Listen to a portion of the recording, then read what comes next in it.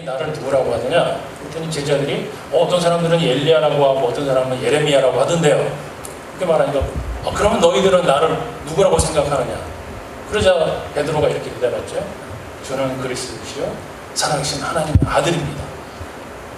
이 말이 얼마나 예수님의 마음에 흡족했는지 예수님이 평소에 부르지 않던 베드로의 이름을 부르죠. 시몬 바요나야, 너는 복이 있다.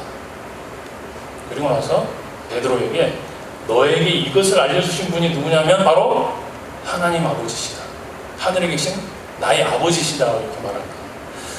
이렇게 대답하는 것을 듣고 나서 예수님께서는 이제 제자들이 내가 메시아라는 것, 하나님의 아들이라는 것을 알았기 때문에 메시아로서 내가 앞으로 무슨 일을 겪어야 될지 그것을 알려줄 수 있겠다라고 생각하시면서 앞으로의 사역에 대해서 말씀하셨죠.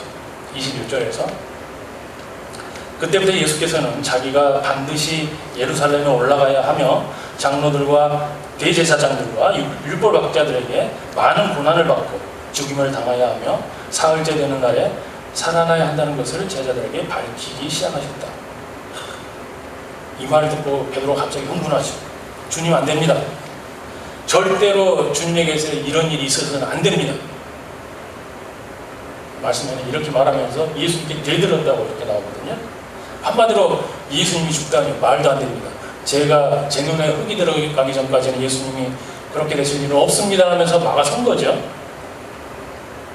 그러자 예수님께서 베드로에게 사탄아 내 뒤로 물러가라. 너는 나에게 걸림돌이다. 너는 하나님의 일을 생각하지 않고 사람의 일만 생각하는구나. 이렇게 말씀하시거든요. 좀 전에는 너 정말 하나님이 주신 지식으로 충만한 애구나. 이렇게 했다가 좀 시간이 얼마 되지도 않았는데 갑자기 너는 사탄이라고. 네가 말한 것은 사탄의 지혜라고 이렇게 말씀하시죠. 그래서 우리가 살면서 내가 뭔가를 말할 때, 내가 뭘 행동을 할 때 이것이 하나님의 지식에서 지혜에서 나온 것인지 아니면 사람의 지혜에서 나온 것인지 지혜의 출처를 반드시 잘 확인해야 된다는 것이죠.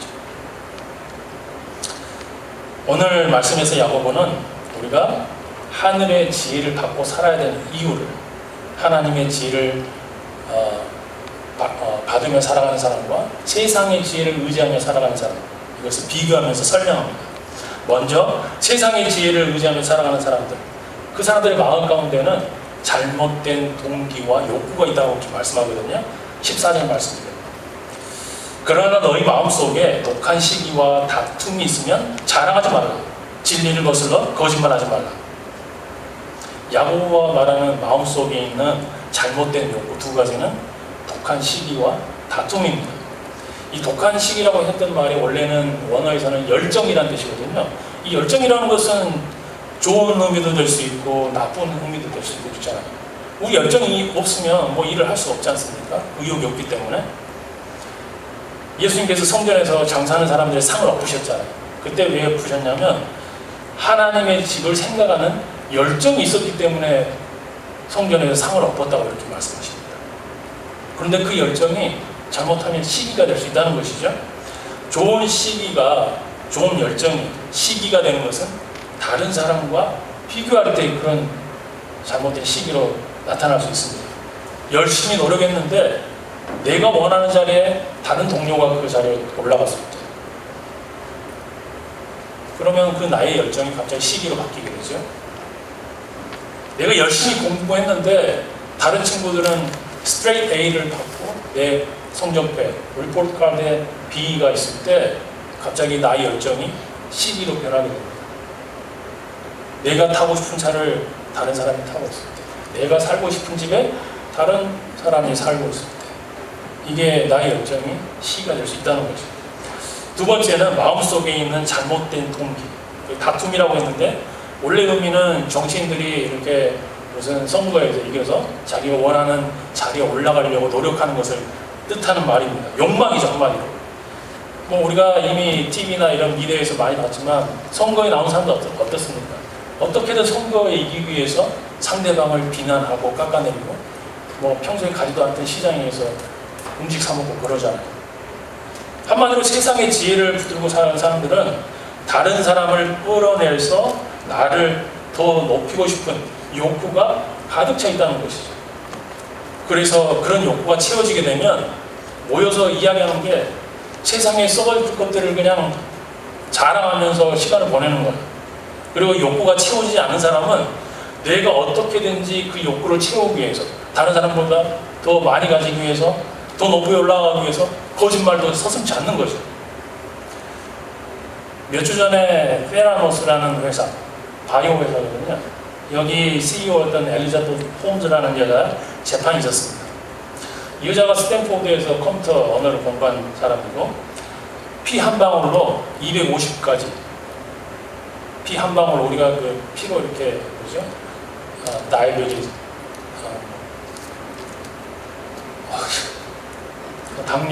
당뇨병을 이렇게 하잖아요. 근데 피 한 방울로 250가지 질병을 치료할 수 있는 기계를 만들었다고 하니까 이 여자를 보고, 야, 저 여자는 여자 스티브 잡스다 이렇게 말하고, 우리가 정말 이름만 들어도 알 수 있는 유명한 회사들, 오라클이라든지 아니면 우리 주에 월그린 있잖아요. 월그린, 그다음에 뭐 루퍼트 모독이라는 사람, 뭐 팍스나 워너브라더스 가지고 있는 사람, 이런 사람들이 투자했거든요.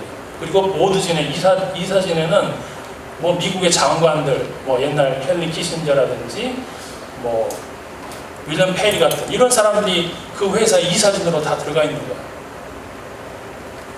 그런데 이 피 한 방울로 병을 진단할 수 있다는 이 기계가 완전히 가짜였습니다. 거짓말이었죠. 몇 주 전에 재판에서 11년형을 선고받았습니다. 한때는 포브스에서 가장 영향력 있는 뭐 기업인에 올라가 있다가 이제는 실리콘밸리에서 가장 사기꾼인 사람, 그 순위에 들어갔죠. 다른 사람들보다 더 높은 지위를 얻고 더 많은 부를 얻기 위해서 거짓말해도 괜찮다는 그 세상의 지혜를 붙들고 살아왔기 때문에 인생이 이렇게 끝난 거죠. 15절에서 야고보가 하는 말씀이 그 말씀입니다. 이러한 지혜는 위로부터 내려온 것이 아니요 땅의 것이, 정욕의 것이, 귀신의 것입니다. 세상의 지혜라는 말씀이 이게 세상의 관점에서 바라보고 판단하는 것을 말하거든요. 우리가 세상의 관점으로 살아가는 것은 정욕을 따르는 것이고, 이게 사탄이 주는 지혜라고 이렇게 말씀합니다. 이 사탄이 주는 지혜라는 굉장히 센 표현이잖아요. 그러니까 우리가 교회 나갈 때는 내가 예수 믿습니다 라고 하면서 세상에서는 세상 사람처럼 똑같이 사는 거, 두 마리 토끼를 잡는다고 생각하고 나는 융통성 있는 삶을 산다고 생각하지만 그 마지막은 우리가 생각하는 것보다 훨씬 더 치명적이라는 것이죠. 예수님 믿는다고 하면서 세상의 가치관을 붙들고 살아가는 그런 삶은 사탄의 말에 순종하는 삶이고, 결국에는 사탄의 종으로 살다가 운명공동체로 같이 망한다는 겁니다. 기업은 최소 비용으로 최대 효과를 내는 것입니다. 우리가 비즈니스 할 때도 마찬가지입니다. 가장 적은 비용으로 가장 많은 이윤을 얻기 위해서 노력합니다. 생산성을 높이고 효율성을 높이고 수익성을 높이기 위해서 노력하죠. 그래서 애플이나 테슬라 같은 기업들이 중국이나 동남아 시장에다가 자기 공장을 차린 이유가 그것입니다. 스타벅스가 소비자들에게는 그렇게 커피값을 비싸게 받으면서 실제 아프리카의 원두를 제공하는 사람들에게는 정말 2% 정도밖에 주지 않는 이유. 싼 인건비를 통해서 생산비를 줄이고 자기 이윤들을 극대화하기 위해서 그렇게 하는 것입니다. 그런데 안타깝게도 믿는 사람들도 교회를 세상의 관점으로 바라본다는 것입니다.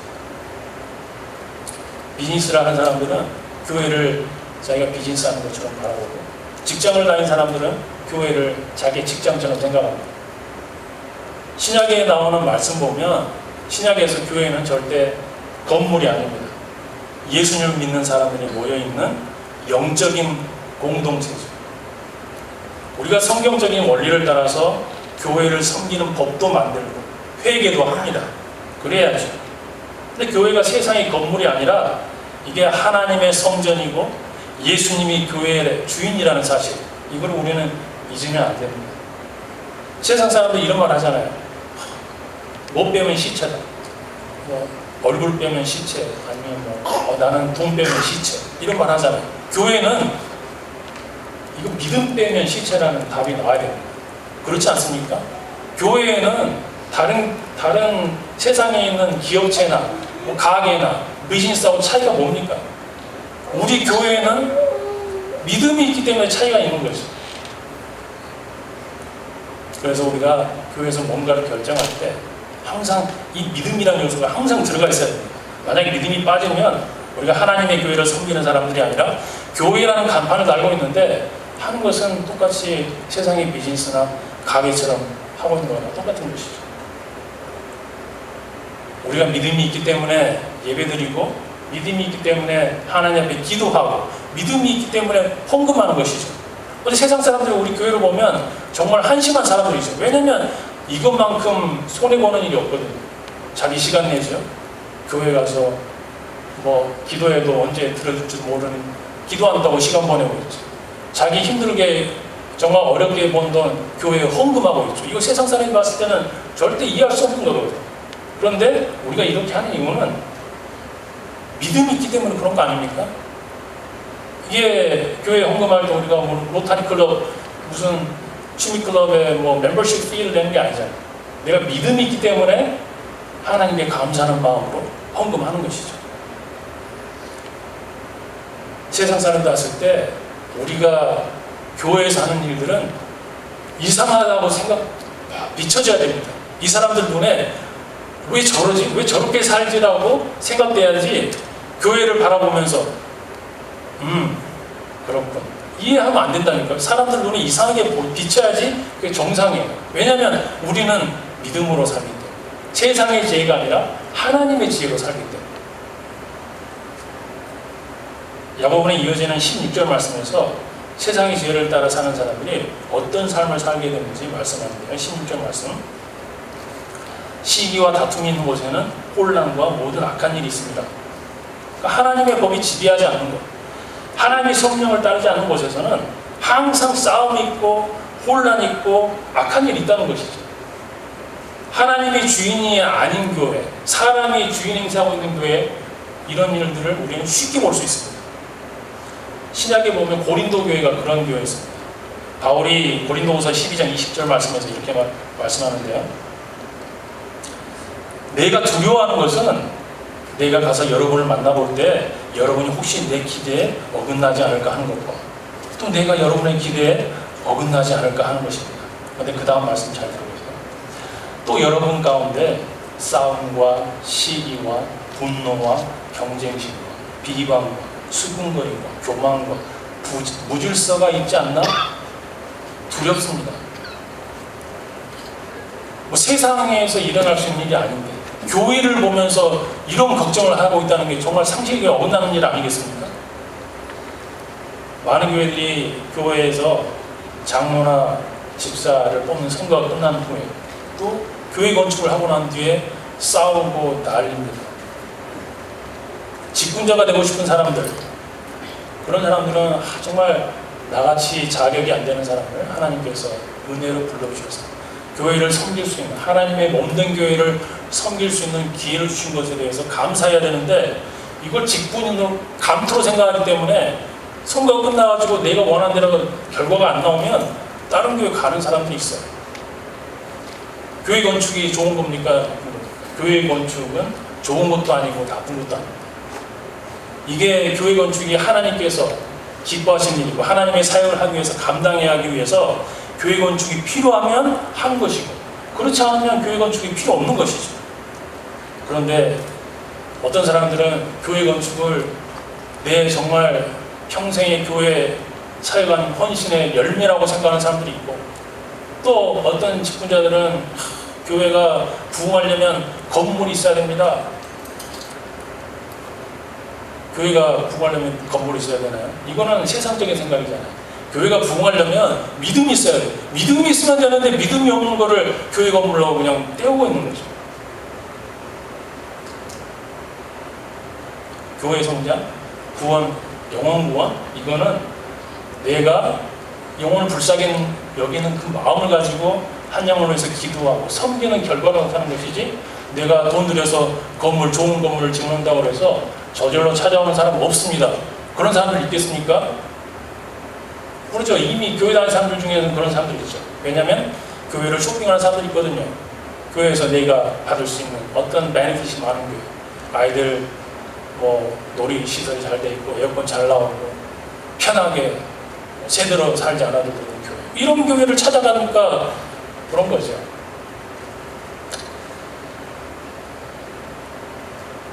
야고보서 2장 17절에서 온갖 좋은 선물과 모든 완전한 은사는 위에서 그 빛들을 지으신 아버지께로부터 내려옵니다. 좋은 것은 다 하늘에 있습니다. 그렇죠? 하나님 아버지가 하늘에 계신 것처럼 바울이 말했죠. 빌립보서에서 우리의 시민권이 하늘에 있다. 우리는 땅을 보는 것이 아니라 하늘을 바라보며 살아가야 됩니다. 모든 좋은 것이 하늘에 있고 하나님의 지혜도 그곳에 있기 때문이죠. 그래서 우리는 그 하나님의 지혜를 하늘로부터 받으면 됩니다. 어떻게 받을 수 있을까? 야고보가 6장 5절에서 이미 말씀했습니다. 여러분 가운데 누구든지 지혜가 부족하거든. 하나님의 지혜죠. 모든 사람에게 아낌없이 주시고 나무라지 않으시는 하나님께 구하십시오. 그리하면 받을 것입니다. 하나님께 기도하면 주신다는 거예요. 우리가 말씀을 읽고 하나님의 그 지혜를 말씀을 통해서 받아들이고 하나님께 기도하면 하나님께서 주신다는 거죠. 그렇다면 하나님의 주신 지혜로 살아가는 사람은 어떤 사람인지 한번 살펴보겠습니다. 13절 말씀에서 야고보가 교회 안에 지혜로운 사람이 있는지, 지혜가 있는 사람이 있는지 물어보거든요. 너희 중에 지혜와 총명이 있는 자가 있느냐? 교회 안에 지혜가 있다고 생각하는 사람도 있었기 때문에 이 질문을 하겠죠. 만약 교회 안에 어떤 사람이 자신이 지혜가 있는 사람이라고 생각한다면, 그런다면 야고보가 말하기를 그는 선함으로 말미암아 지혜의 온유함으로 그 행함을 보일지니라. 이 야고보가 믿음에 대해서 말할 때 우리가 믿음이 있다 그러면 그 믿음이 진짜라고 한다. 그 믿음에 합당한 그 행위를 보여라 그러죠. 똑같은 의미입니다. 지혜 있는 사람, 내가 스스로 하나님의 지혜를 받은 사람이라고 생각한다 그러면 그 지혜를 드러내는 뭔가가 있어야 된다는 거죠. 선한 행위, 굉장히 추상적인 말인데 조금 더 구체적으로 말하죠.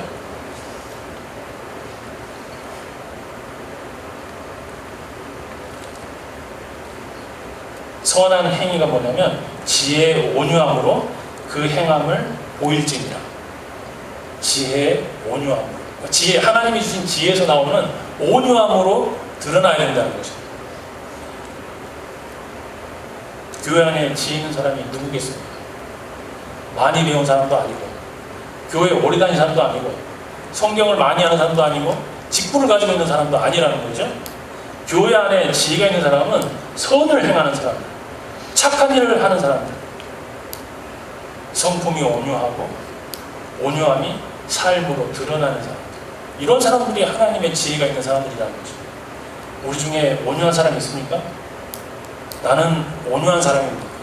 만약에 그 대답에 내가 네라고 할 수 있다면 나는 하나님의 지혜가 있는 사람입니다. 야고보는 왜 온유한 사람이 지혜로운 사람이라고 이렇게 말했습니까? 왜냐하면 예수님이 온유하신 분이셨기 때문에 그렇습니다. 마태복음 11장 28절 29절 말씀에서 수고하며 무거운 짐을 진 사람들은 모두 내게로 오너라. 내가 너희를 쉬게 하겠다. 나는 마음이 온유하고 겸손하니 내 멍에를 메고 나한테 배우라. 그리하면 너희는 마음의 쉼을 얻을 것이다. 온유라는 게 겸손과 일맥상통한다는 거죠. 겸손한 사람, 온유한 사람, 이런 사람이 하나님의 지혜를 가지고 있는 사람이라고 말씀합니다. 우리는 성격이 부드러운 사람들, 이런 사람들을 온유한 사람이라고 하죠. 그런데 성격이 타고난 사람들 있죠. 온유한 사람들, 남에게 심한 말 못하고 그냥 참는 사람들, 그죠? 그리고 나에게 어떤 결정권도 없고 내가 능력이 없기 때문에 어쩔 수 없이 온유한 사람들도 있습니다. 그런데 야고보가 말하는 온유는 그런 수동적인 온유가 아닙니다. 능동적인 온유입니다.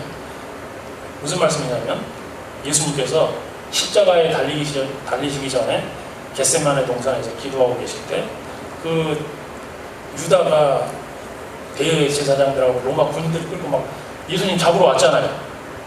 칼과 몽둥이를 들고 왔거든요. 그때 베드로가 흥분해가지고 예수님은 내 손으로 구해야지 하면서 칼을 확 휘둘렀는데 그때 대제사장의 종인 말고의 귀를 잘랐거든요.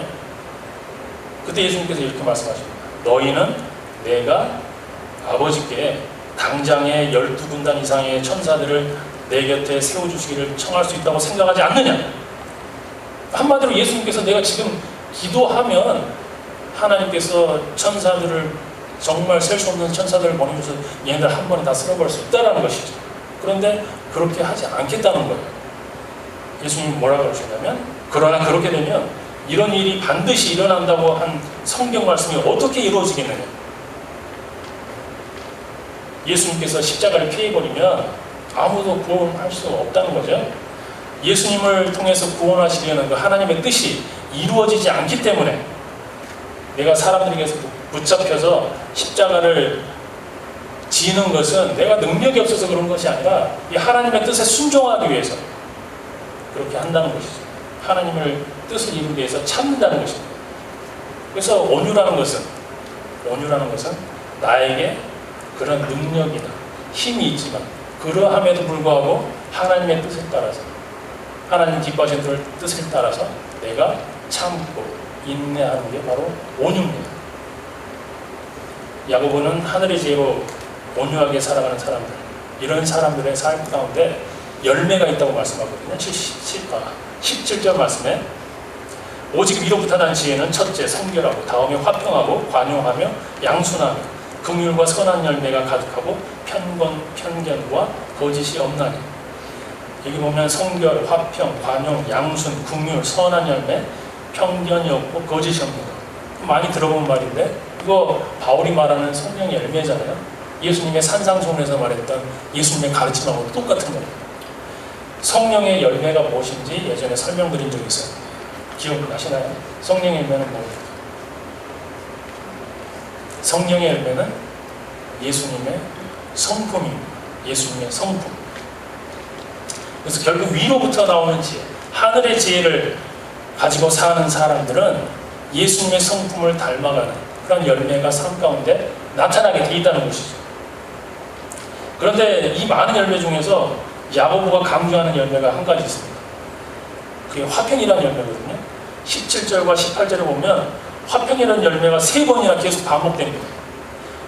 이게 다른 열매들이 상대적으로 이게 중요한 열매가 아니기 때문에 하는 말이 아닙니다. 지금 야고보의 편지를 받는 사람들의 그 상황 가운데 이 성령의 열매 중에서 가장 필요하다고 생각되는 게 바로 이 화평의 열매이기 때문에. 그러니까 아마 야고보가 쓴 편지를 받는 사람들이 모여있는 교회에서는 아마 뭔가 둘이서 싸우고 막 표를 나눠서 네가 선생님, 내가 선생님이 하면서 싸우는 상황이 아마 벌어지고 있었을 것입니다. 그래서 야고보가 화평을 강조한 것이죠. 18절에서 화평하게 하는 자들은 화평으로 심어 의의 열매를 거두니라. 여기서 좀 특이한 거는 우리가 뭔가 열매를 얻기 위해서 심을 때 씨를 심지 열매를 심지는 않거든요.